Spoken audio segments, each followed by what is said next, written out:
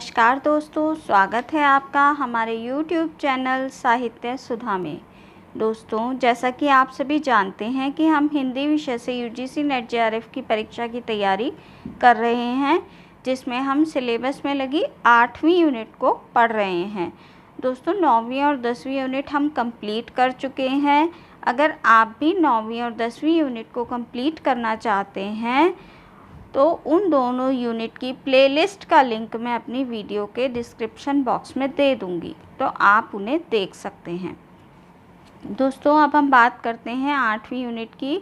यह यूनिट नाटकों की यूनिट है, जिसमें 14 नाटकों को शामिल किया गया है, जिसमें भारतेंदु जी के 2 नाटकों को शामिल किया गया है, जिसमें पहला नाटक अंधेर नगरी हम पढ़ चुके हैं। और आज का हमारा जो नाटक है वह भारतेंदु हरिश्चंद्र जी द्वारा रचित नाटक भारत दुर्दशा है, जिसमें 6 अंक हैं। दोस्तों, अंधेर नगरी में भी 6 ही अंक थे, छोटा नाटक था और ये भी बहुत लंबा नाटक नहीं है।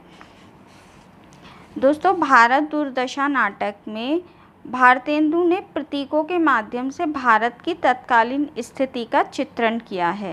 वे भारतवासियों से भारत की दुर्दशा पर रोने, फिर इस दुर्दशा का अंत करने का प्रयास करने का आह्वान कर रहे हैं। वे ब्रिटिश राज और आपसी कलह को भारत दुर्दशा का मुख्य कारण मानते हैं। इसके अतिरिक्त वे कुरीतियाँ, रोग, आलस्य, मदिरा, अंधकार, धर्म, संतोष, अपव्यय, फैशन, सिफारिश, लोभ, भय, स्वार्थपरता, अतिवृष्टि, अनावृष्टि, अकाल और बाढ़ आदि को भी भारत दुर्दशा का कारण मानते हैं। लेकिन सबसे बड़ा कारण अंग्रेज़ों की भारत को लूटने की नीति को मानते हैं। अंग्रेज़ों ने अपना शासन मजबूत करने के लिए देश में शिक्षा व्यवस्था, कानून व्यवस्था, डाक सेवा, रेल सेवा, प्रिंटिंग प्रेस जैसी सुविधाओं का सृजन किया था। पर यह सब कुछ उन्होंने अपने लिए तथा अपने शासन को आसान बनाने के लिए किया था, ये हम सभी जानते हैं। देश की अर्थव्यवस्था जिन कुटीर उद्योगों से पनपती थी, उनको अंग्रेज़ों ने पूरी तरीके से बर्बाद कर दिया था और उनको बर्बाद करके अपने कारखानों में बने माल को ज़बरदस्ती वे भारतीयों पर थोपते थे। कमाई के ज़रिए छीन लेने से देश में भुखमरी फैल गई थी। लाखों लोग अकाल और महामारी से मरने लगे थे। ऐसे समय में भारतेंदु हरिश्चंद्र का भारत दुर्दशा नाटक प्रकाशित हुआ था। भारतेंदु जी ने जगह जगह पर अंग्रेज़ी राज की विवेचना इस नाटक में की है, क्योंकि अंग्रेजी राज के आने से सती प्रथा, बाल विवाह आदि जैसी कुरीतियों का सफाया हो सका था। शिक्षा का प्रकाश भी पश्चिम से ही आया था। अतः भारतेंदु ने कई स्थानों पर अंग्रेजी राज को भारत का हितकर भी माना है। लेकिन भारतेंदु ने अपने इस नाटक में उनकी घोर निंदा भी की है और उनके विचारों और मान्यताओं का खंडन भी किया है। अंग्रेज़ एक लूट के उद्देश्य से भारत में आए थे। यहाँ का कच्चा माल अपने देश ले जाकर वहाँ से उनका महंगे दामों में सौदा करते थे। साथ ही भारतीय किसानों पर ऐसा लगान लगाया गया था जिसे चुकाने में उनका पूरा जीवन नष्ट हो जाता था। साथ ही जनता पर निरंतर अंग्रेज़ अत्याचार कर रहे थे। दोस्तों, इन्हीं सब चीज़ों को लेकर भारत दुर्दशा नाटक की रचना भारतेंदु जी ने की है। अब मैं इस नाटक के 6 अंकों में से एक अंक में जो भी इन्होंने वर्णन किया है उसको आपको थोड़ा थोड़ा बता देती हूँ, ताकि इस नाटक का यहाँ हम सारांश कंप्लीट कर लें। पहले प्रथम अंक में एक योगी लावनी गाता हुआ आता है। वह संक्षेप में प्राचीन गौरव और वर्तमान दुर्दशा का उल्लेख करता है। द्वितीय अंक में भारत स्वयं आकर अपनी दीनहीन दशा का उल्लेख करता है। तीसरे अंक में भारतेंदु देव बड़े ही अभिमान से भारत की हीन और विपन्न अवस्था का वर्णन करते हैं। इसके बाद भारतेंदु देव के फौजदार सत्यानाश अपने साधारण सैनिकों को नादिर शाह, चंगेज़ और तैमूर आदि बताते हैं, जो कि एक बहुत ही क्रूर शासकों में माने जाते थे। साथ ही भारत के निजी दोषों का भारतेंदु देव के सैनिकों के रूप में वर्णन करते हैं। इसमें प्रथम कारण धर्म को माना गया है, जिसके कारण भारत का पतन हुआ। अन्य कारणों में जातिगत भेदभाव, वर्ण व्यवस्था, बाल विवाह, विधवा विवाह, इन चीज़ों का निषेध जो भारत में था, समुद्र यात्रा जो निषेध मानी जाती थी, उसको भारत के पतन का कारण माना गया है इस नाटक के अंतर्गत। चौथे अंक में भारतेंदु देव रोग, आलस्य, मदिरा और अंधकार को क्रम से भेजते हैं। ये एक नाटक के किरदारों के रूप में इन चीज़ों को प्रस्तुत किया गया है। इसमें प्रभावित अकर्मण्य जनता का दयनीय चित्रण भी उपस्थित किया गया है। पांचवा जो अंक है, इस अंक में घर पर बैठकर राजनीति चलाने वाले संभ्रांत शिक्षित समुदाय के लोगों का चित्रांकन किया गया है। इसमें सभी धर्म के लोग, इसमें सभी वर्गों के वे लोग आते हैं जो पढ़े लिखे हैं, जैसे संपादक, कवि, बंगाली तथा महाराष्ट्रीय महाशय। छठे अंक में भारत भाग्य अपने पुरातन वैभव का स्मरण कर अपनी वर्तमान हीन अवस्था से क्षुब्ध होकर, दुखी होकर आत्मघात कर लेता है और यहाँ पर इस नाटक का अंत हो जाता है। दोस्तों, ये इस नाटक का सारांश था। नाटक को पूरा तो मैं नहीं पढ़ूंगी, लेकिन हाँ, हर अंक के कुछ अंश को मैं आपके लिए लेकर आई हूँ, ताकि आपको पता हो कि किस अंक में क्या है। वैसे सारांश रूप में मैंने आपको सारी चीज़ें बता दी हैं। दोस्तों, आज के इस नाटक के अंकों को शुरू करने से पहले मेरा आपसे अनुरोध है कि यदि आपको मेरी वीडियो अच्छी लगे तो मेरे चैनल को सब्सक्राइब करना ना भूलें। वीडियो को पूरा देखें, लाइक और शेयर भी कीजिए। साथ ही बेल आइकन को भी दबा दें ताकि मेरी आने वाली सभी वीडियो की नोटिफिकेशन आपको मिल सके। तो दोस्तों, आज के नाटक के इन अंकों के थोड़े थोड़े भाग को हम पढ़ लेते हैं। पहला अंक, इसका स्थान जो है वो बीथी है। एक योगी लावनी गाता हुआ आता है। रोहू सब मिलके आवहु भारत भाई, हा हा भारत दुर्दशा न देखी जाई। ध्रुव सबके पहले जेहि ईश्वर धन बल दीनो, सबके पहले जेहि सभ्य विदाता कीनो। सबके पहले जो रूप रंग रस भीनो, सबके पहले विद्या फल जिन गहि लीनो। अब सबके पीछे सोई परत लखाई, हा हा भारत दुर्दशा न देखी जाई। जह भय शाक्य हरिचंद्रु नहुषयाति, जह राम युधिष्ठिर वासुदेव सरयाति। जह भीम करण अर्जुन की छटा दिखाती, तह रही मूढ़ता कलह अविद्या राती। अब जह देखूं दुख ही दुख दिखाई, हा हा भारत दुर्दशा न देखी जाई। लरी वैदिक जैन डुबाई, पुस्तक सारी करी कलह बुलाई। जवन सैन पुनि भारी, तिन नासी बुद्धि बल विद्या धन बहुबारी। छाई अब आलस कुमति कलह अंधियारी। भय अंध पंगु सब दीनहीन बिखलाई, हा हा भारत दुर्दशा न देखी जाई। अंग्रेज सुख साज सजे सब भारी, पै धन विदेश चली जात इह अति ख्वारी। ताहु पे महंगी काल रोग विस्तारी, दिन दिन दूने दुख ईस देत हाहारी। सबके ऊपर टिकस की आफत आई, हा हा भारत दुर्दशा न देखी जाई। यहाँ पर ये पहला अंक समाप्त हो जाता है। इसका पहला अंक छोटा सा ही है।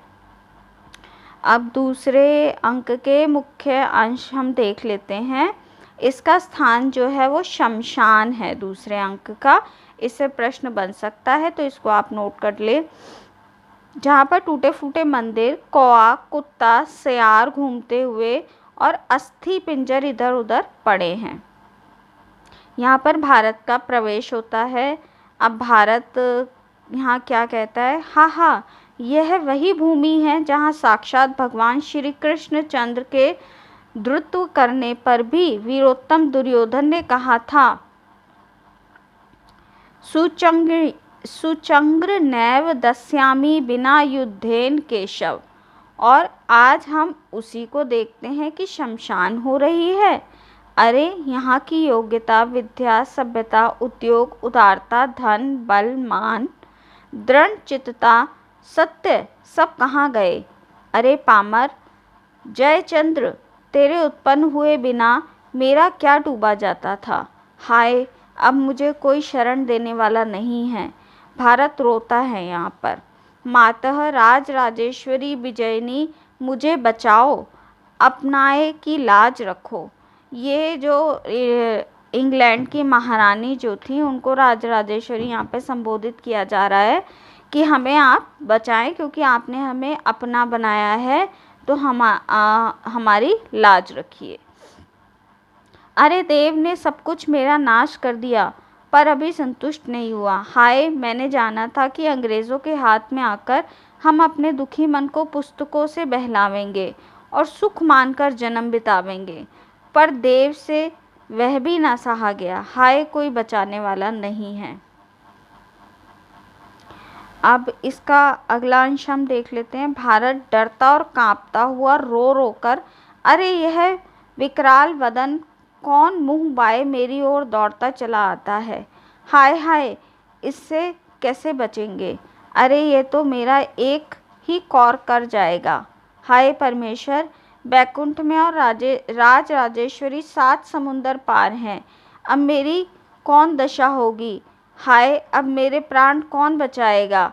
अब कोई उपाय नहीं है। अब मरा और मूर्छा खाकर गिर जाता है भारत। फिर निर्लज्जता का प्रवेश होता है यहाँ पर।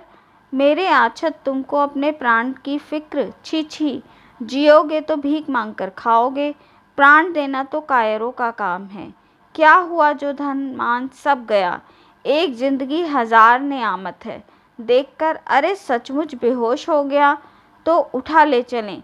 नहीं, मुझसे अकेले नहीं उठेगा। आशा, जल्दी आओ। आशा आती है। निर्लज्जता, यह देखो भारत मर रहा है, जल्दी इसे घर ले जाकर उठा ले चलो। आशा, मेरे आछत किसी ने भी प्राण दिया, ले चलो, अभी जिलाती हूँ। दोनों उठाकर भारत को ले जाती हैं। कौन? निर्लज्जता और आशा। अब यहाँ पर इसका दूसरा अंक समाप्त हो जाता है। अब इसका तीसरा अंक जो है, उसका स्थान जो है वो मैदान है। फौज के डेरे दिखाई दे रहे हैं यहाँ पर, और भारतेंदु देव आता है। भारतेंदु, कहाँ गया भारत मूर्ख, जिसको अब भी परमेश्वर और राज राजेश्वरी पर भरोसा है? देखो तो अभी इसकी क्या क्या दुर्दशा होती है। और वह नाचने और गाने लगता है। अरे उपजा ईश्वर कोप से, ओ आ गया भारत बीच। छार खार सब हिंद करूं, मैं तो उत्तम नहीं नीच। मुझे तुम सहज न जानो जी, मुझे एक राक्षस मानो जी। कौड़ी कौड़ी को सबको करूं मोहताज, भूखे प्राण निकालूं इनका, तो मैं सच्चा राज। मुझे काल भी लाऊं, महंगी लाऊं और बुलाऊं रोग। पानी उल्टा कर बरसाऊं, छाऊं जग में सोग। मुझे फूट बैर और कलह बुलाऊं, लियाऊं सुस्ती जोर। घर घर में आलस फैलाऊं, छाऊं दुख चारों ओर घनघोर। मुझे काफर काला नीच पुकारूं, तोड़ू पैर और हाथ, दूं इनको संतोष खुशामद, कायरता भी इनके साथ। मुझे मरी बुलाऊं, देश उजाड़ूं महंगा करके अन्न, सबके ऊपर टिकस लगाऊं, धन है मुझको धन, मुझे तुम सहज ना जानो जी, मुझे एक राक्षस मानो जी। और वह नाचने लगता है। अब इसका हम चौथा अंक का इम्पॉर्टेंट पार्ट देख लेते हैं। चौथे अंक का जो इन्होंने जो जगह दिखाई है वो एक कमरा है जिसमें अंग्रेजी सामान सजा हुआ है, मेज और कुर्सी लगी हुई हैं। कुर्सी पर भारत दुर्देव बैठे हुए हैं। तब वहीं पर रोग का प्रवेश होता है। रोग गाना गाता हुआ, जगत सब मानत मेरी आन, मेरे ही टट्टी रची लिखेलत नित, शिकार भगवान, मृत्यु कलंक मिटावत, मैं ही मौसम और न आन, परम पिता हम ही वैधन के, अत्तारन के प्राण, मेरा प्रभाव जगत विदित है, कुपथ्य का मित्र और पथ्य का शत्रु मैं ही हूँ। त्रिलोक में ऐसा कौन है जिस पर मेरा प्रभुत्व नहीं। नज़र, श्राप, प्रेत, टोना, तनमन, देवी देवता सब मेरे ही नामांतर हैं। मेरी ही बदौलत ओझा सयाने पंडित सिद्ध लोग को ठगते हैं। आतंक से भला मेरे प्रबल प्रताप को ऐसा कौन है जो निवारण करे। हा हा, चुंगी की कमेटी सफाई करके मेरा निवारण करना चाहती है। यह नहीं जानती कि जितनी सड़क चौड़ी होगी उतने ही हम भी जस जस सुरसा बदन बढ़ाएंगे, तासु दुगुन कपि रूप दिखाएंगे। भारतेंदु देव को देखकर, महाराज क्या आज्ञा है। भारतेंदु, आज्ञा क्या है, भारत को चारों ओर से घेर लो। रोग, महाराज भारत तो अब मेरे प्रवेश मात्र से मर जाएगा, घेरने को कौन काम। धन्वंतरी और काशीराज दिवोदास का अब समय नहीं है और ना सुश्रुत बाघ भट्ट चरक ही हैं। वेदगी सब केवल जीविका के हेतु बची है। काल के बल में से औषधों के गुण और लोगों की प्रकृति में भी भेद पड़ गया है। बस अब हमें कौन जीतेगा। फिर हम ऐसी सेना भेजेंगे जिसका भारतवासियों ने कभी नाम तक सुना ही नहीं होगा। भला इनको हिंदू लोग क्या रोकेंगे। वे किधर से चढ़ाई करते हैं और कैसे लड़ते हैं जानेंगे तो ही नहीं। फिर छुट्टी हुई बरंच महाराज इन्हीं से मारे जाएंगे, इन्हीं को देवता करके पूजेंगे। यहाँ तक कि मेरे शत्रु डॉक्टर और विद्वान इसी विस्फोटक के नाश का उपाय टीका लगाएंगे और कहेंगे तो भी ये सब उसको शीलता के डर से ना मानेंगे। उपाय आछत अपने हाथ प्यारे बच्चों की जान लेंगे। भारतेंदु तो अच्छा, तुम जाओ, महर्ष और टिकस भी यहाँ आते ही होंगे, सो उनको साथ लिए आओ। अतिवृष्टि अनावृष्टि की सेना भी वहाँ जा चुकी है। उस समय दोस्तों जैसा कि हाल हमारे देश का था जिसमें बहुत सारी बीमारियां फैली हुई थी और टैक्स लगे हुए थे, रोग फैले हुए थे, अतिवृष्टि यानी कहीं बारिश ज़्यादा हो रही थी, कहीं पे सूखा पड़ रहा था। इस तरह की सारी चीज़ों को उन्होंने एक कैरेक्टर के रूप में दर्शाया है इस नाटक के अंतर्गत कि ये सारी चीज़ें आकर हमारे देश को और कमज़ोर कर रही थी। आगे हम 5वें अंक का कुछ मुख्य भाग देख लेते हैं। इसका स्थान जो है वो किताब खाना है। 7 सभ्यों की एक छोटी सी कमेटी, सभापति चक्करदार टोपी पहने हुए हैं। यहाँ एक कमेटी बैठी हुई है जहाँ इस नाटक का मंचन हो रहा है। 5वें अंक का, चश्मा लगाए, छड़ी लिए 6 सभ्यों की एक बंगाली, 6 सभ्य हैं उसमें एक बंगाली है, एक महाराष्ट्री है, एक अखबार हाथ में लिए एडिटर है, एक कवि है और 2 देशी महाशय हैं। सभापति खड़े होकर, सभ्यगण, आज की कमेटी का मुख्य उद्देश्य यह है कि भारतेंदु देव की सुना है कि हम लोगों पर चढ़ाई है। इस हेतु आप लोगों को उचित है कि मिलकर ऐसा उपाय सोचिए जिससे हम लोग इस भावी आपत्ति से बचें। जहाँ तक हो सके अपने देश की रक्षा करना ही हम लोगों का मुख्य धर्म है। आशा है कि आप सब लोग अपनी अपनी अनुमति प्रकट करें। बैठ गए, ये सभी बैठ गए और फिर एक ध्वनि होती है। तब एक बंगाली खड़े होकर बोलता है, सभापति साहब, जो बात बोला सो ठीक है। इसका पेशतर कि भारतेंदु देव हम लोगों का सिर पर आ पड़े, कोई उसके परिहार का उपाय सोचना जरूरी है। किंतु प्रश्न यह है कि हम लोग इसके दमन करने की कैसे सोचें। हमारा हमारे बाजू बल के बाहर की बात है। क्यों नहीं शाकता? अलबत्त शकेगा, परंतु जो सब लोग एक मत होंगे तो बंगाल में इसका अनेक उपाय साधन होंगे। ब्रिटिश इंडियन एसोसिएशन, लीग इत्यादि अनेक सभा भी होते हैं। कोई थोड़ा भी बात होता है तो हम लोग मिलकर एक बड़ा गोल करते हैं।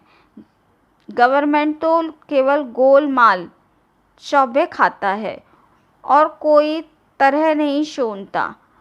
ओ हुआ आ अखबार वाला, सब एक बार ऐसा शोर करता कि गवर्नमेंट की अलबत्ता सुनने नहीं होता। किंतु हम देखते हैं कि कोई कुछ नहीं बोलता। आज सब आप सभी लोग एकत्र हैं तो कुछ उपाय अवश्य सोचें। तो उसमें जो देशी लोग शामिल थे उन्होंने बोला, यही मगर जब कमेटी में हैं हम, तब तक बाहर निकलते ही हम लोग भी कुछ नहीं करते। क्यों भाई साहब, इस कमेटी में आने से कमिश्नर हमारा नाम तो दरबार से खारिज नहीं कर देंगे। मतलब इस अंक में ये कहने का प्रयास किया गया है कि जितने भी हमारे देश के पढ़े लिखे लोग थे वे इन सब चीज़ों का उपाय सोच रहे थे कि हम अपने देश को इस स्थिति से कैसे छुड़ाएं, लेकिन उनमें भी ये डर था कि कहीं हम पर कोई कार्रवाई ना हो जाए। अब छठे अंक को हम लोग देख लेते हैं, जो कि इसका नाटक का आखिरी अंक है। स्थान जो है इसका वह गंभीर वन है और वन का बिल्कुल बीचों बीच का भाग है। भारत जो था, जो मूर्छित होकर गिर गया था, जिसको आशा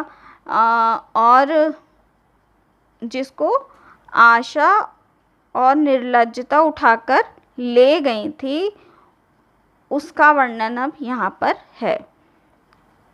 भारत एक वृक्ष के नीचे अचेत पड़ा हुआ है।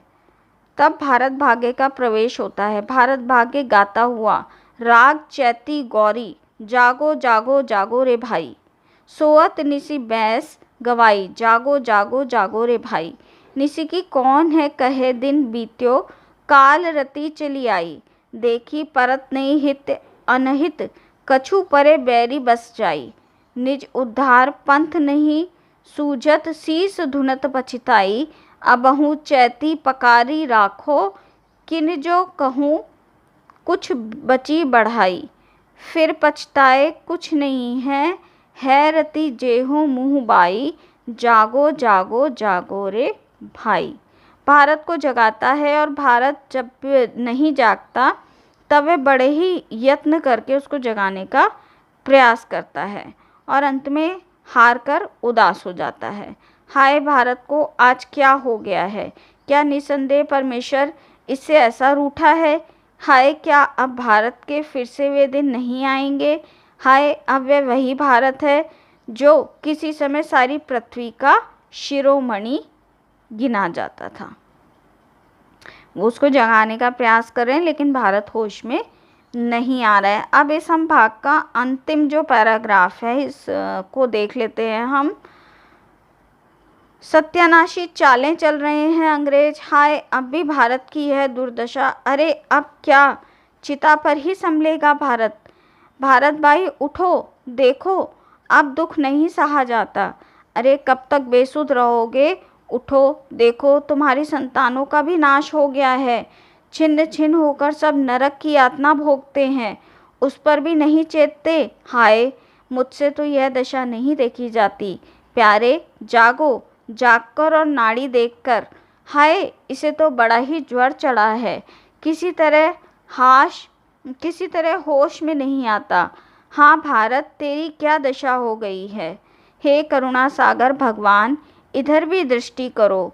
हे भगवती राज राजेश्वरी, इसका हाथ पकड़ो रोकर। अरे कोई नहीं जो इस समय इसे अवलंब दे। हाँ, अब मैं ही जीकर क्या करूँगा, जब भारत जैसा मेरा मित्र, इसकी ऐसी दुर्दशा हो रही है, ये यहाँ पड़ा हुआ है और उसका उद्धार कोई नहीं कर सकता, तो मेरे जीने पर धिक्कार है। जिस भारत का मेरे साथ अब तक इतना संबंध था, उसकी ऐसी दशा देखकर मैं जीता रहूं तो बड़ा ही कृतघ्न हूँ। और वह रोने लगता है। हाँ विधाता, तुझे यही करना था। आतंक से छी छी, इतना क्लेव क्यों? इस समय यह अधीरजपन, बस अब धैर्य। कमर से कटार निकालकर वह, भाई भारत, मैं तुम्हारे ऋण से छूटता हूँ। मुझसे वीरों का कर्म नहीं हो सकता। इसी से कातर की भांति प्राण देकर उऋण होता हूँ। ऊपर हाथ उठाकर, हे संभ्रांत व्यापी, हे परमेश्वर, जन्म जन्म मुझे भारत का सा भाई मिले। जन्म जन्म गंगा जमुना के किनारे मेरा निवास हो।